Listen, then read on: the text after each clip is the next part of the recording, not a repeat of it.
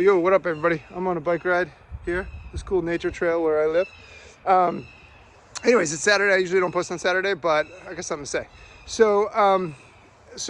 I usually don't get involved in discussions, and the reason why is because a lot of it's a labels debate, which I talk about. Like, don't get involved in labels debates. You know, you call it this, but I call it that, and then on Monday nobody gets better any faster, or more people get better. Like, I consider it a professional trap.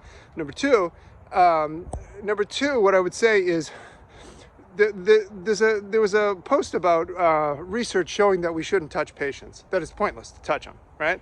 And multiple things came to my mind, but the first thing that came to my mind is I've been in private practice for 14 years, and if I tried to do that, I'd be out of business before the end of the year, probably within a few months, guarantee it.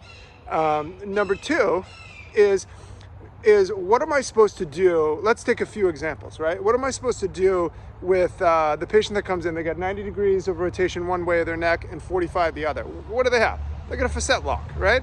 So normally I would go in and I would pop their facet joints open. They have full range of motion. They could see their blind spot while they're driving, and now they're safe driving home, right?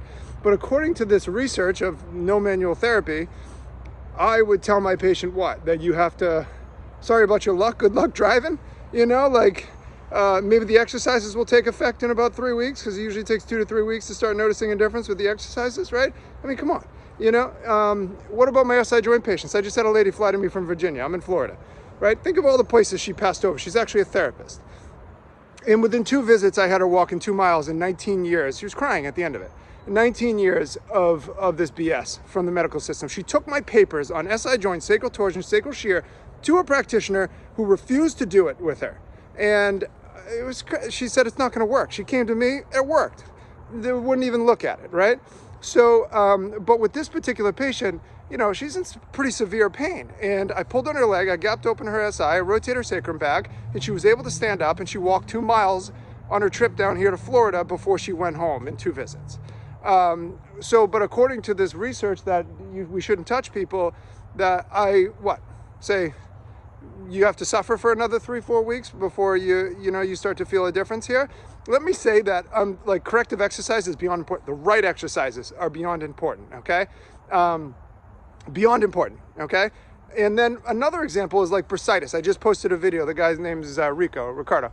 He had I posted a testimonial from Facebook, a review, right? And he said the guy just got out of the Marines not too long ago, and he's like, I'm like an old man, and you can read it. I'm an old man. I couldn't get up and down stairs. He's got little kids and stuff.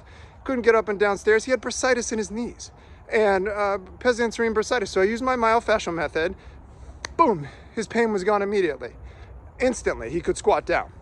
Guy was loving it, right? He can play with his kids and all that, but according to the research, I shouldn't have done that, right?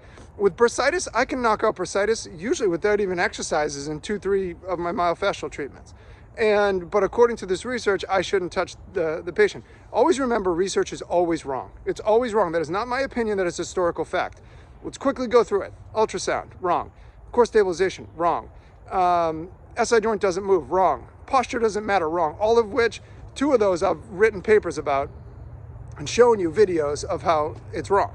And all of you are doing it and trying it all over the world, and it works. So anyways, my take on this is that you should never trust research blindly. And if you're going to do that, open up your own business and see what happens. I'm telling you, it's not going to work. Anyways, peace. Love you all.